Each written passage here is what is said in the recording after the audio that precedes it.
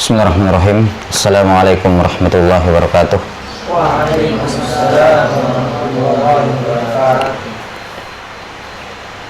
Alhamdulillahi rabbil alamin. Wassalatu wassalamu ala asyrafil anbiya'i wal mursalin nabiyyina Muhammadin wa ala alihi wa sahbihi ajma'in. Ashhadu an la ilaha illallah wahdahu la syarika lah wa ashhadu anna Muhammadan abduhu wa rasuluh. Allahumma la ilma lana illa ma 'allamtana innaka antal alimul hakim. Allahumma faqihna fi dinik wa 'allimna ma yanfa'una warzuqna al-ikhlasa fil qawli wal 'amal wa zidna ilman ya arhamar rahimin. Baik.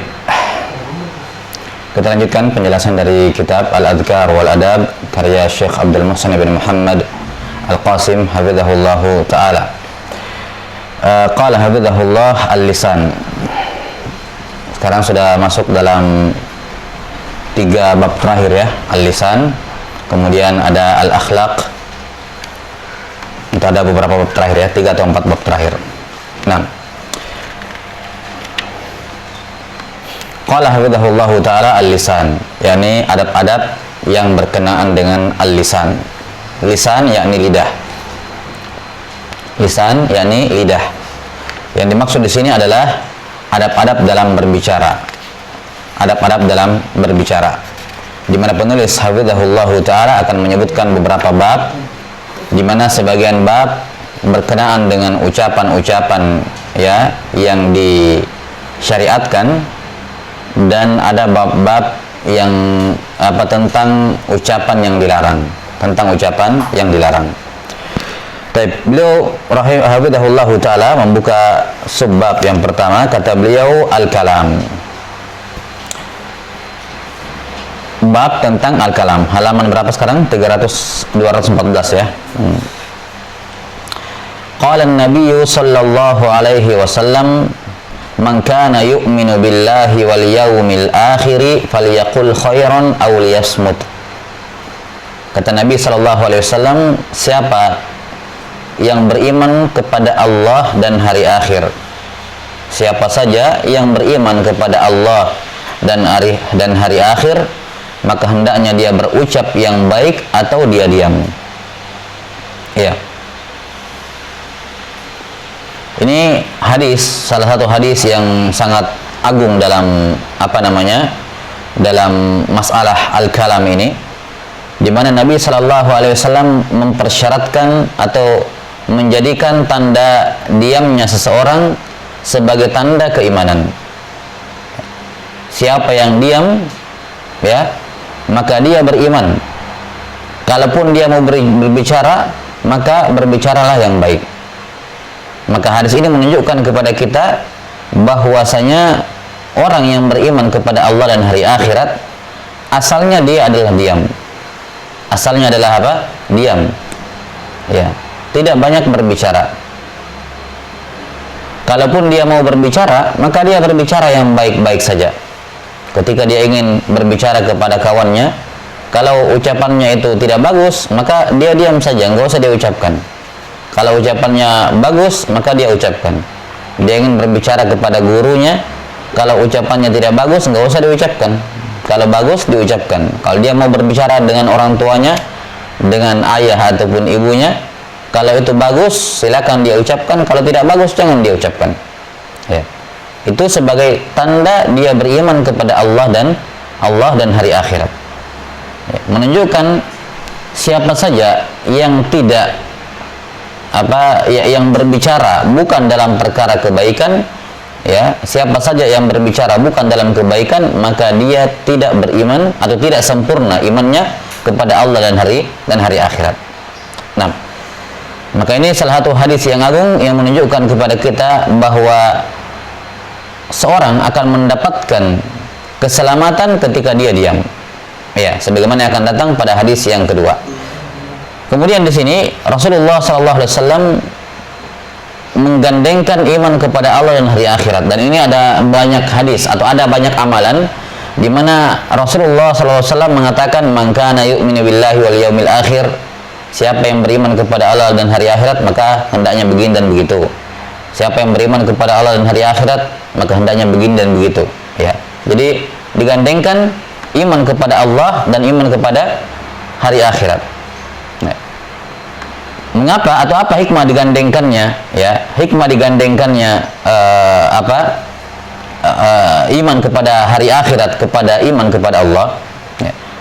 Dikarenakan dalam masalah sesuatu yang dilarang, orang itu biasanya lebih takut kalau disebutkan diancam dengan hari kiamat. Diancam dengan hari kiamat. Yani ketika dikatakan hari akhirat, memang di hari akhirat kan ada neraka, ada sorga, kan begitu. Tapi kebanyakannya konotasinya kalau disebutkan hari akhirat itu orang biasanya kebanyakan berpikir ke neraka. Ya, banyak yang berpikir ke neraka. Yani awas kamu di hari akhirat gitu ya. Biasanya sifatnya neraka. Maka disebutkan man kana yu'minu billahi wal yaumil akhir, diingatkan hari akhirat, yakni ingat bahwa semua ucapan yang kamu ucapkan yang keluar dari mulutmu, ya, kata demi katanya semua akan kamu dapati pada hari akhirat dan kamu akan bertanggungjawabkan. Allah Ta'ala berfirman, ma yalfidhu min qawlin illa ladaihi raqibun atid. Tidak ada satupun ucapan yang dia ucapkan, yang manusia ucapkan, kecuali di sisinya ada raqib dan atid. Ada malaikat yang senantiasa dekat dan mengawasi dirinya. Ya, ada malaikat yang senantiasa dekat dan mengawasi dirinya. Ya. Maka hendaknya dia memperhatikan, ya, hendaknya dia memperhatikan setiap ucapan yang akan keluar dari mulutnya. Apakah itu bernilai khairan seperti dikatakan hadis ini, apakah itu ucapan itu khair, baik, ya, ataukah tidak baik?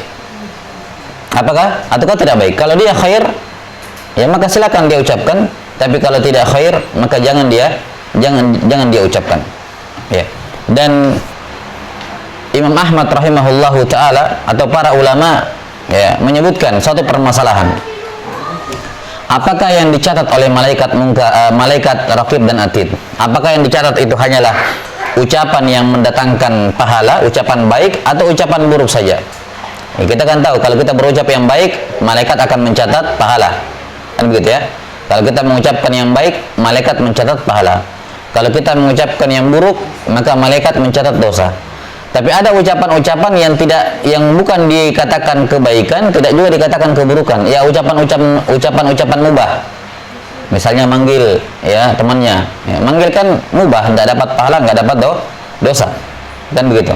Atau ya ucapan-ucapan keseharian lah, yang isinya itu bukan tentang kebaikan, bukan juga tentang keburukan. Ya, ini ucapan yang mubah. Nah, apakah ucapan yang mubah juga akan dicatat oleh malaikat, ataukah yang dicatat cuma amalan yang mendatangkan kebaikan, pahala, ataukah yang mendatangkan dosa? Nah, di sini para ulama menyatakan bahwasanya, ya, ada perbedaan pendapat di kalangan ulama, namun yang benarnya bahwa yang dicatat oleh para malaikat bukan hanya ucapan baik dan buruk, tapi juga ucapan yang mubah. Ucapan yang mubah. Ya. Karena itulah masyhur riwayat dari Imam Ahmad rahimahullahu taala, ketika beliau sakit datang dijenguk oleh murid-muridnya. Ya, kemudian Imam Ahmad rahimahullahu taala mengatakan aduh, ya, aduh sakit, atau ucapan yang semakna, yakni mengeluarkan rasa sakitnya, ya, mengungkapkan rasa sakitnya. Maka muridnya yang datang menjenguk mengatakan, ya Imam, sesungguhnya ucapan itu akan dicatat oleh malaikat. Ya, sesungguhnya ucapan ketika sakit itu akan dicatat oleh malaikat. Dan maka beliau pun membenarkan ucapan muridnya tersebut, dan sejak saat itu, kata yang meriwayatkan kisah ini, tidak pernah lagi terdengar dari Imam Ahmad ketika beliau sakit beliau merintih. Mengapa? Walaupun itu ucapan mubah, tapi kalau sudah tercatat oleh malaikat, kamu akan bertanggungjawabkan pada hari kiamat. Ya, kapan sudah tercatat akan dipertanggungjawabkan. Ya, wa kullu shaghiri wa kabirin mustaghfar. Semua ucapan yang kecil ataupun yang besar akan tercatat. Ya, semua ucapan yang besar atau amalan yang besar maupun yang kecil akan tercatat oleh para malaikat. Maka ketika seorang beriman kepada Allah yang maha melihat segala sesuatu, yang maha mendengar semua ucapan, ya, yang Maha mendengar semua ucapan. Nah, bukan hanya mau diucapkan secara teriak dengan suara besar atau suara kecil-kecil, ya. Jangankan suara kecil-kecil, dia ngomong dalam hatinya saja, bicara dalam hati, Allah tahu apa yang dia bilang, ya kan? Allah tahu apa yang dia bilang. Maka ketika seorang beriman kepada Allah bahwa Allah Maha mengetahui segala sesuatu, Allah mendengar segala sesuatu, dan juga beriman kepada hari kiamat, bahwa hari kiamat adalah tempatnya mempertanggungjawabkan semua ucapan, semua perbuatan yang pernah dilakukan di dunia. Ucapan yang baik akan dikasih pahala oleh Allah Ta'ala, diganjar pahala. Ucapan yang buruk, dia akan dapatkan hukumannya pada hari kiamat. Tidak ada yang lepas, tidak ada ucapan yang tidak tercatat oleh para malaikat, ya. Maka ketika dia mengingat nama Allah Ta'ala As-Sami, yang Maha mendengar, Allah punya nama Al-Basir, yang Maha melihat, Allah punya nama Al-Alim, yang Maha mengetahui segala sesuatu. Kemudian dia juga mengingat bahwa hari kiamat adalah hari pertanggungjawaban terhadap semua yang pernah kita lakukan di dunia, ya. Yauma yanzurul mar'u ma qaddamat yadah wa yaqulul kafiru ya laitani kuntu turaba. Bahwa hari kiamat adalah hari ketika setiap manusia melihat semua hasil perbuatan dia di muka bumi ini. Kalau dia menyadari semua itu, maka dia akan betul-betul menjaga ucapannya. Menjaga apa? Ucapannya. Karena dia yakin kapan ucapan sudah keluar, nggak bisa ditarik. Dan itu harus dipertanggungjawabkan. Kapan sudah keluar dari mulut, harus dipertanggungjawabkan. Nggak bisa lagi ditarik. Maka sebelum mengucapkan sesuatu, dipikir-pikir dulu, apakah itu khair atau tidak, baik atau tidak. Baik, ini hadis yang pertama. Man kana yu'minu billahi wal yaumil akhir falyaqul khairan aw liyasmut. Kalau tidak bisa, maka hendaknya dia diam. Ya. Karena itulah, ya, warid dari sebagian dari Nabi sallallahu alaihi wasallam, diriwayatkan dari Nabi sallallahu alaihi wasallam, beliau bersabda, man somata naja. Man somata naja. Siapa yang banyak diamnya, siapa yang diam maka dia selamat. Ya, siapa yang diam maka dia apa? Selamat. Man somata naja. Siapa yang diam maka dia selamat. Yani tentunya kalau kita bertanya misalnya, ya. Kalau kita bertanya misalnya, yang sebentar. Afwan, ini siapa yang aktif kameranya ini? Dimatikan dulu kameranya, tolong. Ya. Ya, audio aja, nggak usah kameranya. Syukran. 6. Man somata naja. Siapa yang diam, maka dia akan selamat. Siapa yang diam maka dia akan selamat. Yakni dibandingkan orang yang berbicara dengan orang yang diam, sekarang yang mana yang lebih selamat? Orang yang diam atau dia orang yang berbicara? Orang yang berbicara, ketika dia berbicara, maka dia ada dua kemungkinan. Bisa mengucapkan ucapan yang baik atau dia mengucapkan ucapan apa?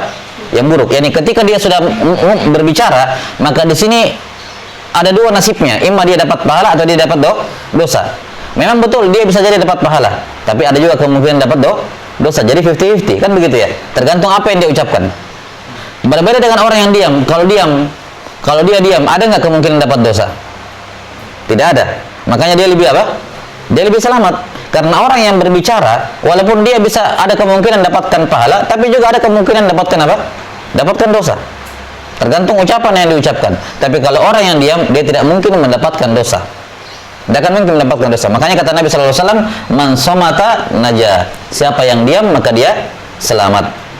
Kemudian hadis yang kedua, qala Nabi sallallahu alaihi wasallam, may yadman li ma baina lihiyaihi wa ma baina rijlaihi adman lahul jannah.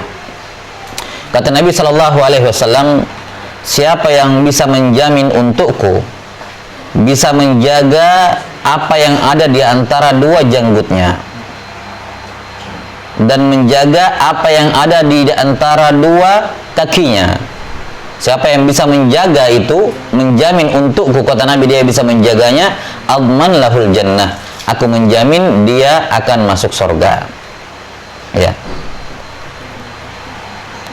Kata Nabi sallallahu alaihi wasallam, siapa yang bisa menjaga, menjamin untuk saya dia bisa menjaga antara dua janggutnya. Yang dimaksud dengan dua janggut di sini adalah janggut dan kumis. Ya, janggut dan kumis. Cuman digunakan salah satu dari keduanya untuk mengungkapkan keduanya. Digunakan yang paling mendominasi yaitu janggut. Makanya dikatakan lihyain. Dua janggut yakni janggut dan kumis. Sama kalau dikatakan al-qamarani, dua bulan. Maksudnya apa? Matahari dan bulan. Jadi kalau dikatakan al-qamarani yakni matahari dan bulan. Kalau dikatakan al-abawani, dua bapak yakni bapak dan ibu. Jadi digunakan yang paling dominan untuk membahasakan keduanya. Gitu ya. Kalau dikatakan al-aswadani, dua yang hitam, yakni air plus air dan kurma, dikatakan aswadan. Ya. Al-umarani, dua Umar, yakni Abu Bakar dan Umar. Memang Abu Bakar lebih bagus, lebih utama, tapi Umar lebih dalam tanda kutip sepak terjangnya lebih banyak kan begitu. Ya karena Abu Bakar cuma 2 tahun, Umar bin Khattab 10 tahun kan begitu, menjadi khalifah. Jadi beliau lebih lama sehingga lebih sepak terjangnya lebih jelas. Makanya dikatakan al-umarani, yakni Abu Bakar dan Umar. Nah, sama seperti di sini lihiyaihi, yakni janggut dan kumis. Cuman dipakai janggut karena dia lebih mulia. Karena itulah janggut dibiarkan tumbuh dan kumis disunnahkan dipotong sebagaimana sudah berlalu. Kemudian yang kedua, dia bisa menjaga antara dua janggutnya, yakni antara janggut dengan kumis. Apa itu? Di antara janggut dengan kumis? Nah, mulut. Siapa yang bisa menjamin siapa yang bisa menjamin untukku, kata Nabi alaihi salatu wassalam. Dia bisa menjaga mulutnya. Jaga mulutnya. Dijamin. Yang kedua, siapa yang bisa menjamin ya untukku, dia bisa menjaga apa yang ada di antara dua kakinya. Di antara dua kakinya yakni kemaluannya. Yani jangan melakukan perzinahan, ya, tidak melakukan hal yang dilarang oleh Allah Ta'ala dengan mulutnya, dengan kemaluannya. Siapa yang bisa menjamin untuk saya, kata Nabi SAW, dia menjaga dua ini, maka apa? Adman lahul jannah, aku akan jamin untuknya sorga. Ya.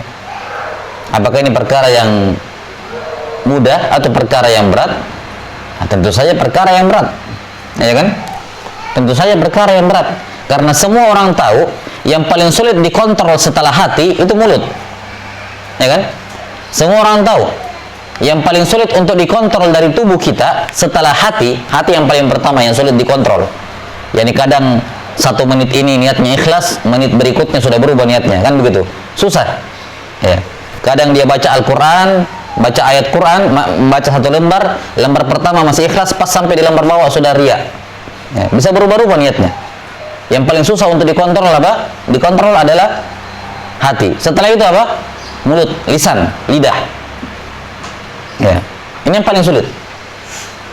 Nah, maka kata Nabi SAW, siapa yang bisa menjamin untukku, dia bisa menjaga dua hal ini, dan ini bukan perkara yang mudah, perkara yang berat. Menjaga lisan. Ya. Siapa yang bisa menjamin untukku, dia bisa menjaga lisannya, tidak berbicara kecuali yang baik, ya. Kemudian kalau tidak baik, ya, maka dia diam, ya. Maka apa? Saya akan jamin untuknya surga. Saya akan jamin untuknya surga. Baik.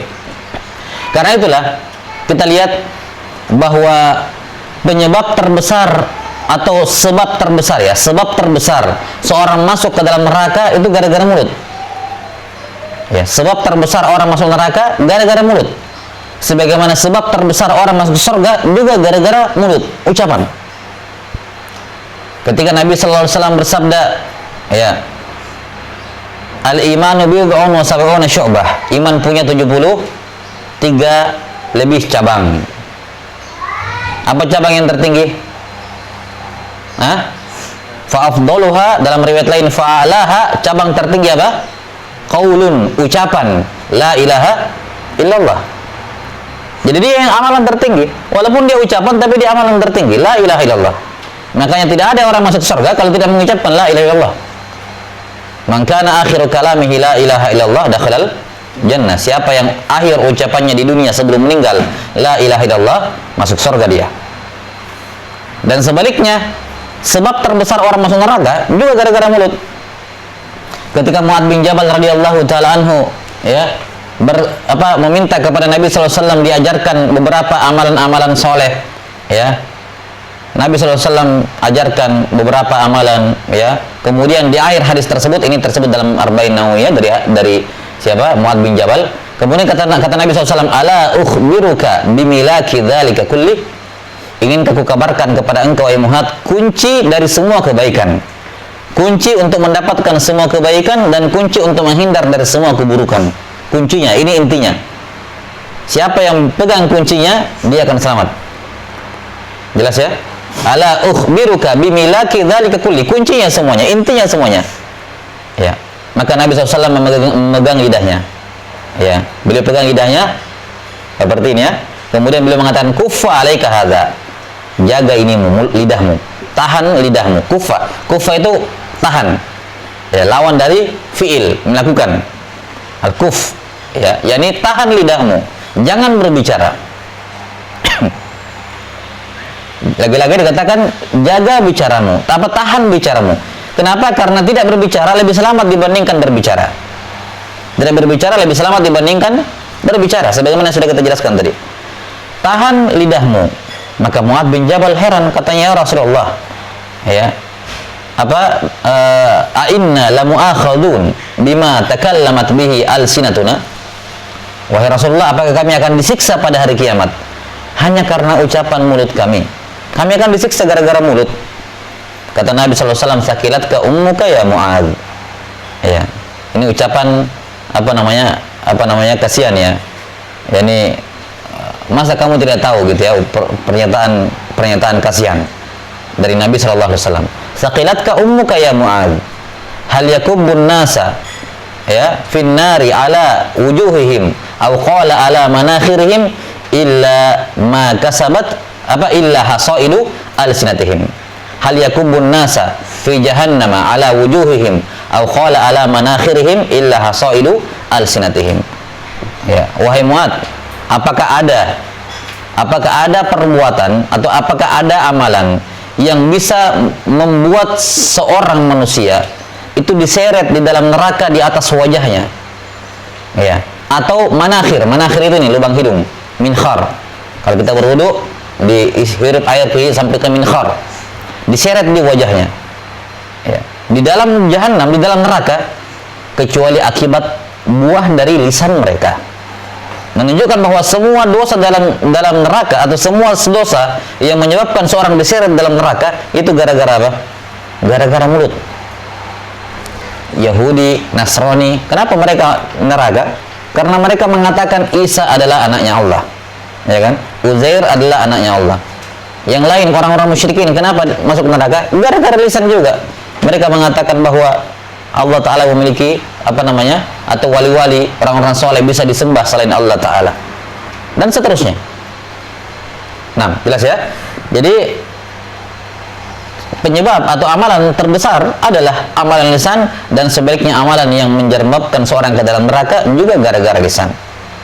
Gara-gara apa? Lisan. Nah, dan kebanyakan dosa-dosa itu sebelum dia berwujud dalam diungkapkan dalam bentuk perbuatan, terlebih dahulu dimunculkan dalam hati, diniatkan dulu, kemudian dia biasanya diucapkan, setelah itu dia lakukan. Nah, kemudian hadis yang ketiga, qala Nabi sallallahu alaihi wasallam, innal 'abda la yatakallamu bil kalimati ma yatabayyanu fiha yahwi biha fin nari ab'ada ma bainal masyriqi wal maghrib.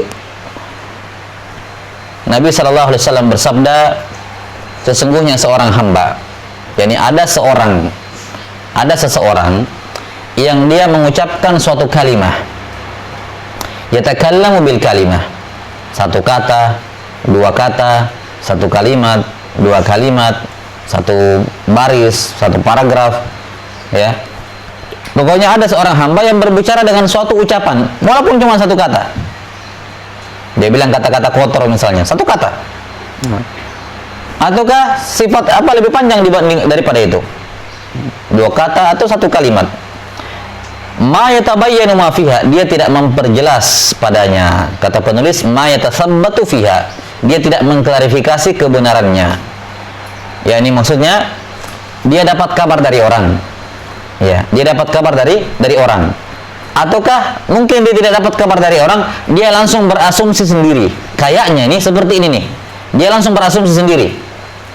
Kemudian dia ucapkan kepada orang lain hasil asumsi dia, ya, yakni sangkaan dia seperti ini, dia langsung ucapkan tanpa klarifikasi terlebih dahulu kepada orang yang bersangkutan. Kalau itu kabar berkenaan dengan orang lain, atau kalau sifatnya butuh dicek benar atau tidaknya, dia tidak cek ulang sebelum dia sampaikan. Maka apa? Satu kalimat yang dia ucapkan ini menggelincirkan dia, yakni membuat dia terjatuh ke dalam neraka sejauh jarak antara timur dan barat.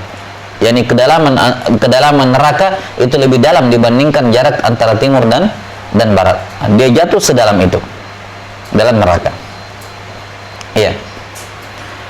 Maka ini menunjukkan kepada kita bahwa ucapan-ucapan ini harus diperhatikan dengan baik, terutama di zaman-zaman sekarang. Ya.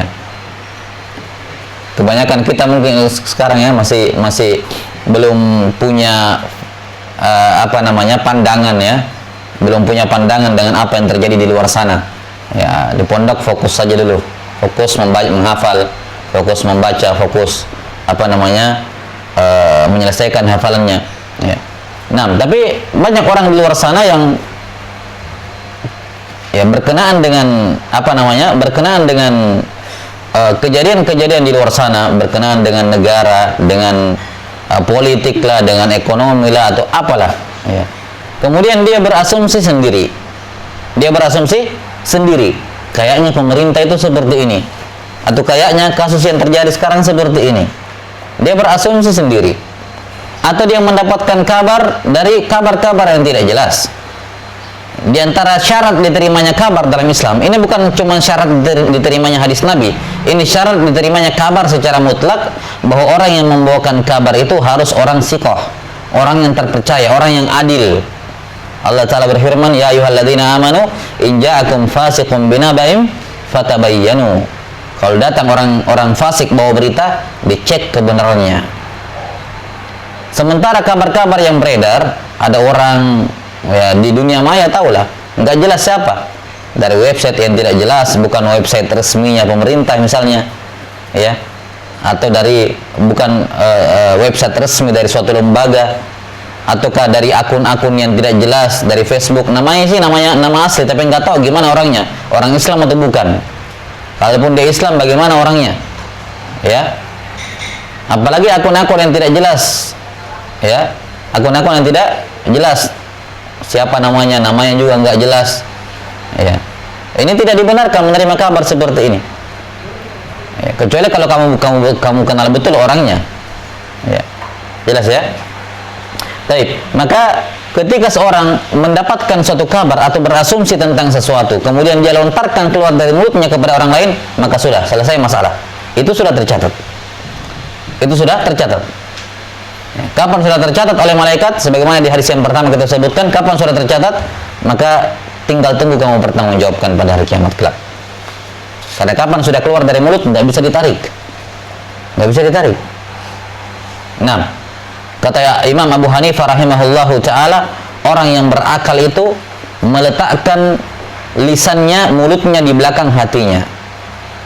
Orang yang berakal adalah orang yang meletakkan mulutnya atau lisannya di belakang hatinya.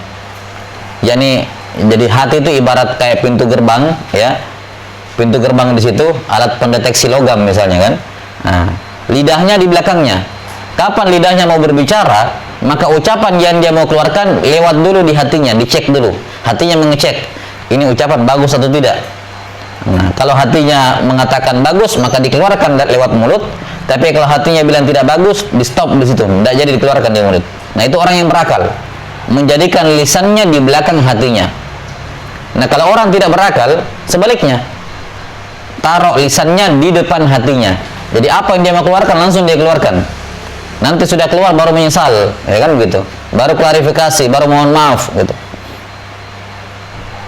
Baik, jelas ya. Jadi ada dikatakan di sini oleh Nabi Shallallahu Alaihi Wasallam, ada seorang hamba yang berucap dengan suatu ucapan yang dia tidak mengecek kebenarannya, ternyata itu salah.